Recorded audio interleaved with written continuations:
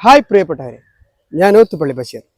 2026 നിയമസഭാ തെരഞ്ഞെടുപ്പ് കഴിഞ്ഞ് 3 മുന്നണികളും പ്രതീക്ഷയുടെ കണക്കുകൂട്ടലുകളുമായി വലിയ പ്രതീക്ഷയിലാണ്. ഇന്ന് നമ്മോടൊപ്പമുള്ള അതിഥി DYFI ജില്ലാ ജോയിന്റ് സെക്രട്ടറി NM ഷഫീഖാണ്. നമുക്ക് പരിചയപ്പെടാം. സ്വാഗതം. എന്തായി തെരഞ്ഞെടുപ്പ് കഴിഞ്ഞിട്ട് എന്തൊക്കെയാണ് വിശേഷങ്ങൾ? തെരഞ്ഞെടുപ്പ് കഴിഞ്ഞ് ഇടതുപക്ഷ ജനാധിപത്യ മുന്നണി വലിയ പ്രതീക്ഷയിലാണ്. വലിയ ഭൂരിപക്ഷത്തിൽ മൂന്നാമത് വീണ്ടും ഇടതുപക്ഷ ജനാധിപത്യ മുന്നണി അധികാരത്തിൽ വരും എന്നതിനകത്ത് ഇടതുപക്ഷത്തിന് ഒരു സംശയവുമില്ല. യെസ്, നമ്മുടെ വണ്ടൂർ മണ്ഡലം ഈ പ്രാവശ്യം റെയിൽവേ ഗേറ്റിൽ അനിൽകുമാറിനെ തളച്ചിട്ട് ഭൂരിപക്ഷം കുറക്കും. വണ്ടൂർ മണ്ഡലത്തെ സംബന്ധിച്ചിടത്തോളം റെയിൽവേ ഗേറ്റ് വിഷയം മാത്രമല്ല, ഏകദേശം ഒരു 25 വർഷക്കാലമായിട്ട് AP അനിൽകുമാറാണ് വണ്ടൂരിന്റെ MLA.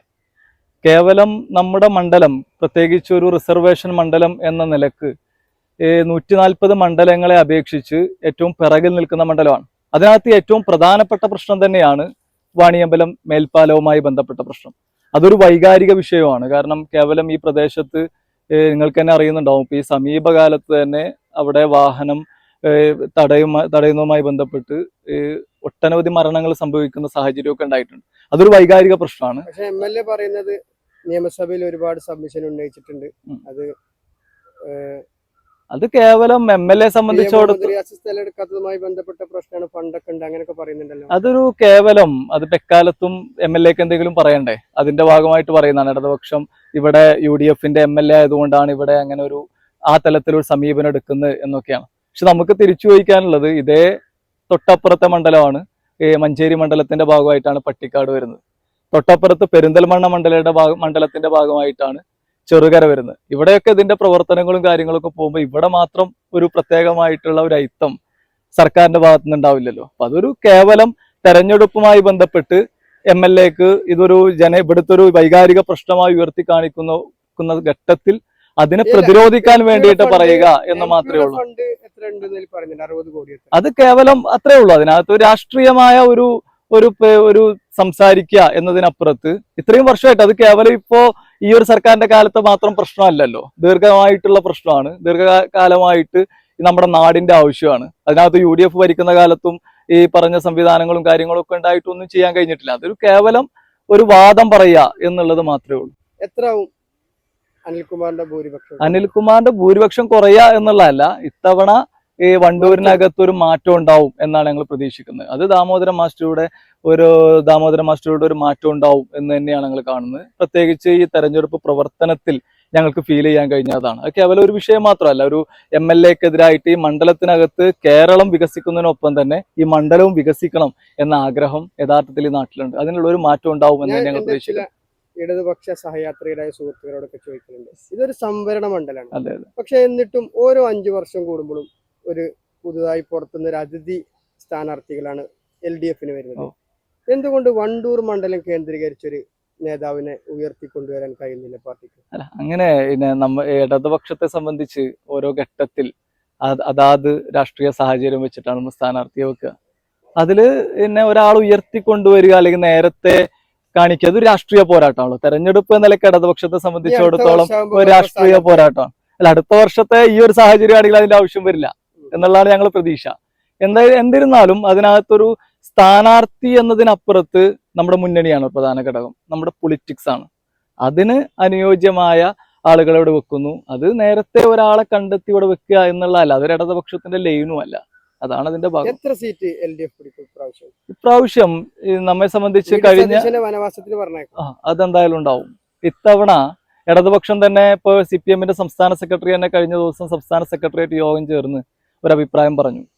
ഇടതുപക്ഷം പ്രതീക്ഷിക്കുന്നു അത് തന്നെയാണ്. കാരണം 2016-ലും 2021-ലും തിളക്കമാർന്ന വിജയമാണ് ഇടതുപക്ഷത്തിനുണ്ടായത്. അതിലൊരു മാറ്റം ഉണ്ടാവില്ല. 2026 ആകുമ്പോഴേക്കും അതിനകത്തൊരു മാറ്റം ഉണ്ടായില്ല. കാരണം കഴിഞ്ഞ 10 വർഷക്കാലത്തെ ഒരു പ്രവർത്തനമുണ്ട്. ആ പ്രവർത്തനത്തിന്റെ ഒരു കോൺഫിഡൻസിൽ തന്നെയാണ് ഒരു 90 സീറ്റിന് മുകളിൽ ഇടതുപക്ഷം വിജയിക്കും, മൂന്നാമത് വീണ്ടും പിണറായി സർക്കാർ 5 വർഷം കഴിഞ്ഞതിന് ശേഷം നിങ്ങളെ കാഴ്ചപ്പാടിൽ വീണ്ടും ഒരു തുടർ ഭരണം ഉണ്ടാവുമെന്ന് പ്രതീക്ഷിച്ചിരുന്നു. ഇടതുപക്ഷം പ്രതീക്ഷിച്ചിരുന്നു.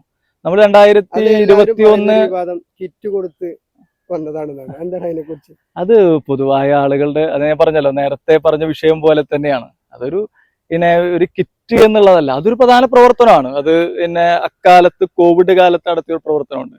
ആ കോവിഡ് കാലത്ത് നടത്തിയ സർക്കാരിന്റെ ഒരു പ്രവർത്തനം അത് ഇവിടുത്തെ സാധാരണക്കാരായ മനുഷ്യരെ മുഴുവൻ ചേർത്ത് പിടിക്കുന്ന ഒരു ഗവൺമെന്റ് ആയിരുന്നു. അതിന് നേതൃത്വം കൊടുത്ത സഖാവ് പിണറായി ആയിരുന്നു. അതിൻ്റെതായിട്ടുള്ള ഒരു അംഗീകാരം ആ തെരഞ്ഞെടുപ്പിനകത്ത് ഉണ്ടായിട്ടുണ്ട് എന്നുള്ളതാണ്. അത് കിറ്റ് മാത്രമല്ല, നമ്മൾ അന്ന് അക്കാലത്ത് നടത്തിയ പ്രവർത്തനങ്ങൾ, അതുപോലെ തന്നെ കഴിഞ്ഞ ഒന്നാം പിണറായി സർക്കാരിന്റെ കാലത്ത് നടത്തിയ ഒട്ടനവധി പ്രവർത്തനങ്ങളുണ്ട്. അത് പിന്നെ വിദ്യാഭ്യാസ മേഖലയിലായിരുന്നാലും ഇപ്പൊ ഞാൻ SFIയുടെ ജില്ലാ പ്രസിഡന്റ് ആയിരുന്നു 2016 ഉമ്മൻചാണ്ടിയുടെ കാലത്ത്. അന്ന് ഞങ്ങൾ SFIയുടെ ജില്ലാ പ്രസിഡന്റ് ആയിരുന്ന എന്റെ വിദ്യാർത്ഥി കാലത്ത് വലിയ പ്രക്ഷോഭങ്ങൾ അക്കാലത്ത് UDFനെതിരെ ഉണ്ടായിരുന്നു. പാഠപുസ്തകം ഓണപരീക്ഷ കഴിഞ്ഞിട്ടും കിട്ടാത്തൊരു സാഹചര്യം കേരളത്തിലുണ്ടായിരുന്നു. പക്ഷേ പാഠപുസ്തകങ്ങൾ അവസാന പരീക്ഷയ്ക്ക് ചോദ്യപേപ്പർ വന്നില്ല, കുട്ടികൾക്ക് ബോർഡും എഴുതി കൊടുത്തുള്ള വിവാദങ്ങൾ. ഇതൊക്കെ ഒരു ചെറിയ നമ്മൾ പൊതുവായി കാണേണ്ടത് ഇപ്പോ വിദ്യാഭ്യാസ മേഖലയിൽ വന്ന മാറ്റം നോക്കും. ഇപ്പോൾ എന്നോട് സംസാരിക്കുന്ന നിങ്ങളെ സംബന്ധിച്ചിടത്തോളം ഇപ്പൊ നമ്മളുടെ ഒരു വിദ്യാർത്ഥി കാലഘട്ടത്തിലെ ഒരു സാഹചര്യമല്ല ഇപ്പോൾ പൊതുവിദ്യാലയത്തിലുള്ളത്, വസ്തുതയാണ്. കാരണം അവിടുത്തെ വിദ്യാഭ്യാസ രീതിയിൽ വലിയ പരിഷ്കാരം വന്നു. അതിനകത്ത് വിദ്യാലയങ്ങൾ അവസാനം കുറച്ച് വിവാദങ്ങൾക്ക് ചില വിഷയങ്ങൾ അത് സ്വാഭാവികമാണല്ലോ. ചില ഒരു 10 വർഷം ഭരിക്കുന്നിടയിൽ അതൊരു എത്രത്തോളം വിവാദമാക്കണം എന്നുള്ളതും ചർച്ച ചെയ്യേണ്ടതാണ്. പക്ഷെ ആരോഗ്യ മേഖലയിൽ വന്ന മാറ്റം നോക്കി നമ്മൾ തൊട്ടപ്പുറത്താണ് നമ്മുടെ കാളികാവ് ഗവൺമെന്റ് ആശുപത്രി. ഈ ഗവൺമെന്റ് ആശുപത്രിക്കകത്ത് ഒരു 10 വർഷം കൊണ്ട് നടന്ന മാറ്റം ചെറുതല്ല. അത് കേവലം നമ്മുടെ പ്രദേശത്ത് മാത്രമല്ല, കേരളത്തിലെ പൊതു ആരോഗ്യ മേഖലക്കകത്ത് വലിയ മാറ്റം ഉണ്ടായിട്ടുണ്ട്. ഇപ്പൊ ഹൃദയം മാറ്റിവെക്കുന്ന ശസ്ത്രക്രിയ പോലും കേരളത്തിനകത്ത് നടന്നു എന്ന് പറഞ്ഞാൽ അതൊരു ചെറിയ കാര്യമല്ല. ഇവിടുത്തെ സാധാരണക്കാരായിട്ടുള്ള മനുഷ്യർ ഇപ്പൊ പ്രൈവറ്റ് ആശുപത്രികളെ ആശ്രയിക്കുന്നതിന് പകരം ഗവൺമെന്റ് ആശുപത്രികളിലേക്ക് പോകുന്നു. അവരുടെ ആരോഗ്യപരമായ കാര്യങ്ങൾക്കകത്ത് അവർ സാറ്റിസ്ഫൈഡ് ആണ്. അതാണ് ഈ കേരളത്തിൽ ഇടതുപക്ഷത്തിന്റെ ഞങ്ങൾ മൂന്നാമത് വീണ്ടും വരും എന്നതിനകത്ത് ഈ 16ാമത് നിയമസഭാ തെരഞ്ഞെടുപ്പിന്റെ പ്രചരണത്തിൽ ഞാനിപ്പോൾ നോട്ടിഫിക്കേഷൻ വന്നതിന് ശേഷം കേരളത്തിലെ 7ഓളം ജില്ലകളിലൂടെ സഞ്ചരിച്ചു. അവിടെയൊക്കെ ഹൈവേയുടെ സൈഡുകളിലൊക്കെ ഒരാളെ ഫ്ലക്സ് മാത്രമാണ്, LDF അല്ലാതെ മറ്റാരുണ്ട്. പക്ഷെ ചിത്രം ഒരാൾ മാത്രം.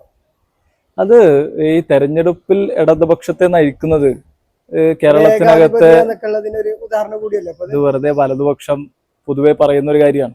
ഇടതുപക്ഷത്തെ സംബന്ധിച്ചിടത്തോളം ഞങ്ങളുടെ ഒരു നയമുണ്ട്. അത് ഇടതുപക്ഷ മുദ്രാവാക്യം ഉയർത്തി കേരളത്തിനകത്ത് 10 വർഷക്കാലമായിട്ട് കേരളത്തിന്റെ മുഖ്യമന്ത്രി എന്ന നിലക്ക് ഈ തെരഞ്ഞെടുപ്പിനെ ഞങ്ങൾ നയിക്കേണ്ടതാരാ? ഞങ്ങളുടെ ക്യാപ്റ്റൻ സഖാവ് പിണറായിയാണ്, കേരളത്തിന്റെ മുഖ്യമന്ത്രിയാണ്. അതിന്റെ ഭാഗമായിട്ട് പ്രതീകം എന്ന് മാത്രമേ ഉള്ളൂ. അല്ലാതെ ഒരു ഫോട്ടോയിൽ ആ തലത്തിലേക്ക് അത് കൊണ്ടുവരേണ്ടത് സ്വാഭാവികമാവാം. ഞങ്ങളുടെ ഒക്കെ പ്രതീക്ഷ അതാണ്. കേരളത്തിൽ വീണ്ടും മൂന്നാമത് അധികാരത്തിൽ വരുന്ന ഘട്ടത്തിൽ മുഖ്യമന്ത്രി തന്നെ സഖാവ് പിണറായി തന്നെ കേരളത്തിന്റെ മുഖ്യമന്ത്രിയായി നയിക്കണം എന്ന് തന്നെയാണ് കേരളവും എല്ലാവരും ഒരുമിച്ച് ആഗ്രഹിക്കുന്നത്. ഒന്നാം പിണറായി സർക്കാർ ആരോഗ്യമന്ത്രിയായി വളരെ പോപ്പുലറായ ശൈലജ ടീച്ചർ, രണ്ടാം പിണറായി സർക്കാർ സീറ്റേ ഇല്ല. മൂന്നാമത് വരാൻ വേണ്ടിട്ട് വീണ്ടും സീറ്റ് ഉണ്ട്.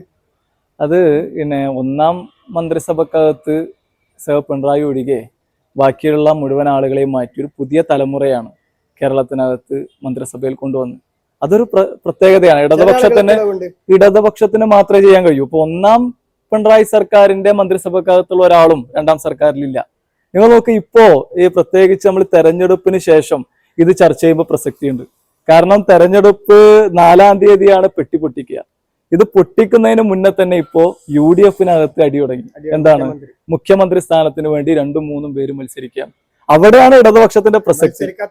മത്സരിക്കാത്ത ആളുകൾ വരും എന്നുള്ള ചർച്ച വരുന്നു, പലതരത്തിലുള്ള ചർച്ച വരികയാണ്. അവിടെയാണ് ഇടതുപക്ഷത്തിന്റെ പ്രസക്തി. നിങ്ങൾ നോക്കി, നിങ്ങൾ തന്നെ പറയാണ് ഇപ്പൊ ശൈലജ ടീച്ചറുമായി ബന്ധപ്പെട്ട് ഏത് തലത്തിലും ഏത് മേഖലയിലും വെക്കാവുന്ന യോഗ്യതയുള്ള ഒരു ലീഡറാണ്. അവരെ കഴിഞ്ഞ തെരഞ്ഞെടുപ്പ് ടീച്ചർ അമ്മ എന്നൊക്കെ കേരളം ഒന്നാകെ പറഞ്ഞു. പക്ഷെ കഴിഞ്ഞ തെരഞ്ഞെടുപ്പിൽ രണ്ടാം സർക്കാർ വന്ന സമയത്ത് ഇടതുപക്ഷം എടുത്തൊരു നയം എന്താ? പുതിയ ആളുകൾക്ക് അവസരം കൊടുക്കുക. അത് ടീച്ചർ ഉൾപ്പെടെയുള്ള പാർട്ടി കമ്മിറ്റി ഇരുന്ന് തീരുമാനമെടുത്താണ്. അതാണ് ഇടതുപക്ഷവും വലതുപക്ഷവും ഉള്ള പ്രത്യേകത. ടീച്ചറെ സംബന്ധിച്ചിടത്തോളം ഇത്തവണ ഇടതുപക്ഷം തീരുമാനിച്ചത് എന്താണ്? പേരാവൂര് പോലെ ഉള്ള ഒരു മണ്ഡലം തിരിച്ചുപിടിക്കാൻ ഏറ്റവും കരുത്തുറ്റൊരു സാരഥിയെ വെക്കുക. അതിന്റെ ഭാഗമായിട്ടാണ് ടീച്ചർ അവിടെ മത്സരിക്കുന്നത്. അവിടെ വിജയിക്കും. ഇത്തവണ ആ തലത്തിൽ വലിയ ഭൂരിപക്ഷത്തോട് വിജയിക്കും, സംശയമില്ല. കേരളത്തിൽ എല്ലാവരും ഉറ്റുനോക്കുന്ന ഒരു റിസൾട്ട് അറിയാൻ വേണ്ടി നോക്കുന്ന മണ്ഡലമാണ് ബേപ്പൂര്. കഴിഞ്ഞ കോൺഗ്രസിന്റെ കുത്തക മണ്ഡലമായിരുന്ന നിലമ്പൂര് തിരിച്ചു പിടിച്ച സുൽത്താൻ അൻവർ ഇപ്പൊ UDFലാണ്. അപ്പം മരുമോനിസം പിണറായിസം എന്ന് പറഞ്ഞ് ഡയറക്റ്റ് ബേപ്പൂരിലാണ് മത്സരിക്കുന്നത്. ബേപ്പൂരിലെ റിസൾട്ട് എങ്ങനെ ഉണ്ടാവും? ബേപ്പൂര് എക്കാലത്തും ഒരു ഇടതുപക്ഷ മണ്ണാണ്. അതിനകത്ത് സംശയമില്ല. കാരണം നമുക്കറിയാം കോലി ബി സഖ്യമൊക്കെ ചർച്ച ചെയ്യപ്പെട്ട ഒരു നാടാണ്. പലതരത്തിൽ ഇടതുപക്ഷത്തെ പരാജയപ്പെടുത്താൻ എല്ലാ തരത്തിലുള്ള മുന്നണി സമവാക്യം പലതരത്തിലുള്ള പ്രവർത്തനങ്ങൾ നടത്തിയാണ്. അവിടെയൊന്നും ഇടതുപക്ഷം പരാജയപ്പെട്ടിട്ടില്ല. ഇത്തവണയും കോൺഗ്രസ് ഇതേപോലെ അതെ. നിലമ്പൂര് ഇത്തവണയും പിന്നെ ഒരു PV അൻവറിനെ കൊണ്ട് പരാജയപ്പെടുത്താൻ കഴിയുന്ന ഒരു മണ്ഡലമല്ല. രണ്ട് ഘടകമുണ്ട്. ഒന്ന് ഞാൻ നേരത്തെ സൂചിപ്പിച്ച പോലെ ഇടതുപക്ഷത്തിന് ശക്തമായ മണ്ഡലമാണ്. രണ്ടാമത് കേരളത്തിലെ ഏറ്റവും PA മുഹമ്മദ് റിയാസ് ഖായെ സംബന്ധിച്ചിടത്തോളം എല്ലാവർക്കും സുപരിചിതനാണ്. പ്രത്യേകിച്ച് ആ മണ്ഡലത്തിൽ അത്ര വലിയ വികസന പ്രവർത്തനം നടത്തിയ ഒരു മണ്ഡലമാണ്. ഇപ്പൊ ഞാൻ തന്നെ ടൂറിസം മേഖലയിലും പൊതുമരാമത്ത് വകുപ്പായാലും അത് അവിടെ നല്ല കേരളത്തിൽ ആകെ ഏറ്റവും നന്നായിട്ട് വർക്ക് ചെയ്ത ഒരു മന്ത്രിയാണ്.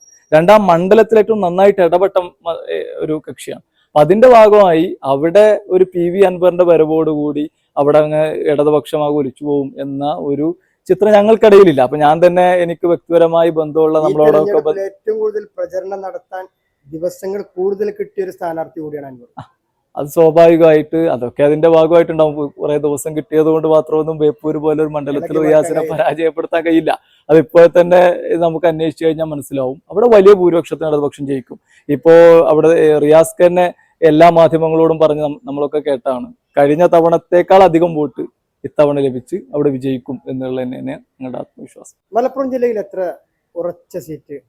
ജില്ലയെ സംബന്ധിച്ചിടത്തോളം ജില്ലയിൽ എക്കാലത്തും ഏറ്റവും വലിയൊരു എതിരാളിയാണ് കിട്ടിയിരിക്കുന്നത് ജില്ലാ കോൺഗ്രസിന്റെ പ്രസിഡന്റ് KT ജലീലിനെ സംബന്ധിച്ചിടത്തോളം തവനൂർ മണ്ഡലം ഇടതുപക്ഷത്തെ സംബന്ധിച്ചിടത്തോളം ഒരു സംശയവുമില്ല, എന്തായാലും വിജയിച്ചു വരും എന്നുള്ളത് തന്നെയാണ് ഞങ്ങൾ കാണുന്നത്. അവിടെ എക്കാലത്തും കഴിഞ്ഞ തവണ ഇതിനപ്പുറത്തുള്ള മത്സരവും ഇതിനപ്പുറത്തുള്ള പ്രവചനവും മാധ്യമങ്ങൾ ഉൾപ്പെടെ എക്സിറ്റ് പോളുകളിലൊക്കെ പരാജയപ്പെടുത്തിയ ഒരു മണ്ഡലമാണ് കഴിഞ്ഞ തവണ പിന്നെ കുന്നംപറമ്പലുമായി ബന്ധപ്പെട്ട്. പക്ഷെ റിസൾട്ട് വന്നപ്പോ വിധി മറ്റൊന്നായിരുന്നു. വീണ്ടും KT ജലീൽ വിജയിക്കുന്ന സാഹചര്യം ഉണ്ടായി. തവനൂർ സംബന്ധിച്ചിടത്തോളം ഇടതുപക്ഷത്തിനൊരു സംശയവുമില്ല, തവനൂര് മണ്ഡലം ഞങ്ങൾ വലിയ ഭൂരിപക്ഷത്തിൽ തവണ വിജയിക്കും. എത്ര സീറ്റ് ഉണ്ടാവും ഈ പ്രാവശ്യം? 100+ ഉണ്ടാവും. ഇതിനകത്ത് എത്ര സീറ്റ് ലഭിക്കും എന്നതിനപ്പുറത്ത് ഇടതുപക്ഷം വലിയ ഭൂരിപക്ഷത്തിൽ വിജയിക്കും, ഒരു സംശയവുമില്ല. ഇപ്പൊ പാർട്ടിയുടെ സെക്രട്ടറി തന്നെ ഈ തെരഞ്ഞെടുപ്പ് അവലോകനത്തിന് ശേഷം പറഞ്ഞതാണ് 90-ന് മുകളിൽ സീറ്റ് ഇത്തവണ ഉണ്ടാവും ഇടതുപക്ഷത്തിന്. അത് ഉണ്ടാവും എന്ന് തന്നെയാണ് ഞങ്ങൾ ആകെ പ്രതീക്ഷിക്കുന്നത്. മൂന്നാമത് വീണ്ടും കേരളത്തിൽ ഇടതുപക്ഷ അധികാരത്തിൽ. BJP ഇത്തവണയും അക്കൗണ്ട് തുറക്കില്ല. അത് തെരഞ്ഞെടുപ്പ് ഘട്ടത്തിൽ പല വർത്താനം പറയും. തെരഞ്ഞെടുപ്പ് തുടങ്ങുന്ന സമയത്ത് വലിയ നമ്പർ പറയും. പിന്നെ തെരഞ്ഞെടുപ്പ് റിസൾട്ട് വരുന്നതിന് അടുത്തായിട്ട് എണ്ണം കുറയും. റിസൾട്ട് വരുമ്പോൾ അത് വട്ടപൂജ്യമാവും. അത് തന്നെയാണ് ഇത്തവണ ഉണ്ടാവാൻ പോകുന്നത്. അത് ഇടതുപക്ഷത്തിന് എല്ലാവരും വോട്ട് ചെയ്തിട്ടുണ്ടാവും. ഒരു പ്രത്യേകമായ ഒരു സംഘടന വോട്ട് ചെയ്തു എന്നതിനെ കുറിച്ച് ഞങ്ങൾക്കറിയില്ല. അവരങ്ങനെ പറഞ്ഞു STPI വോട്ട് ചെയ്തിട്ടുണ്ട്. അതാണ് ഞാൻ സൂചിപ്പിച്ചത്. പൊതുവെ ഈ തെരഞ്ഞെടുപ്പിൽ എല്ലാ വിഭാഗം ആളുകളും ഇടതുപക്ഷത്തിന് വോട്ട് ചെയ്തിട്ടുണ്ടാവും. അതിന്റെ ഭാഗമായി വോട്ട് ചെയ്ത് അധികാരത്തിൽ വന്നാൽ ഇനി പാർട്ടി സെക്രട്ടറി ജമാഅത്തെ ഇസ്ലാമിയുമായിട്ടുള്ള കൂട്ടുകെട്ടിനെ കുറിച്ച് എന്തെങ്കിലുമൊക്കെ പറയാം? അങ്ങനെ എല്ലാ തെരഞ്ഞെടുപ്പിലും റിസൾട്ടിൽ പറയുന്നതാണ് ജമാഅത്തെ ഇസ്ലാമിയുമായി. അങ്ങനെ ഒരു തത്വത്തിൽ അങ്ങനെ ഒരു ചോദ്യത്തിന് പ്രസക്തി ഇല്ല. UDF അധികാരത്തിൽ വരില്ലല്ലോ. പിന്നെ സ്വാഭാവികമായും ഈ ജമാഅത്ത് ഇസ്ലാമിയായിട്ടുള്ള വിഷയങ്ങളിലൊക്കെ അത് തെരഞ്ഞെടുപ്പ് പരാജയം മാത്രമല്ല, ജമാഅത്തായാലും RSS ആയാലും ഇതിനൊക്കെ ശക്തമായി എതിർക്കുന്നവരാണ് ഞങ്ങൾ ഇടതുപക്ഷം. അതിനകത്ത് ആ തലത്തിലുള്ള നിലപാട് ഒരു തെരഞ്ഞെടുപ്പ് പരാജയത്തിന്റെ ഭാഗമായിട്ടോ അല്ലെങ്കിൽ തെരഞ്ഞെടുപ്പുമായി ബന്ധപ്പെട്ടല്ല ഇടതുപക്ഷത്തിന്റെ നിലപാട്. എക്കാലത്തും വർഗീയ സംഘടനകൾക്കെതിരായി ശക്തമായ നിലപാട് പറയുന്നതാണ്. കഴിഞ്ഞ നിയമസഭയിലെ സ്പീക്കർ ഇടക്കാലത്ത് വെച്ചാണ് സംശയ സ്പീക്കറായത്.